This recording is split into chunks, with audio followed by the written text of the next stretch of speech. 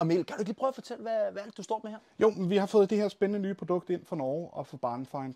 De har lavet den her serie, der hedder Barncolor, som er en super fed lille fiberboks, hvor du har 4 signaler den ene vej og 4 signaler den anden vej. Den kører via en LC Optocon her, så du kan i princippet lægge den 200-300 meter væk, hvis du har lyst til det, og 1 kilometer i princippet. Det, der er fedt ved det her, det er, at den er så lille, som den er. Og du kan kaskade den. Det vil sige, at du kan køre flere bokse på, så du i stedet for, at du bare har 8, altså 4 den ene vej, 4 den anden vej, så har du 32 signaler totalt. 16 den ene vej, 16 den anden vej, i 12G, altså 4K kvalitet. Det, der så er fedt ved det, det er også, at de har lavet en AJ45-udgave, og de har lavet en SFP-udgave, så du kan også transportere noget data, og du kan jo konfigurere en SFP med data og videoer, hvordan du har det lyst til. Hvem vil den her være lykken for? Den her vil være lykken for teater, for eksempel, hvor du skal transportere et videosignal, men der er ikke så meget plads, så kan du lægge den inde i en kulisse.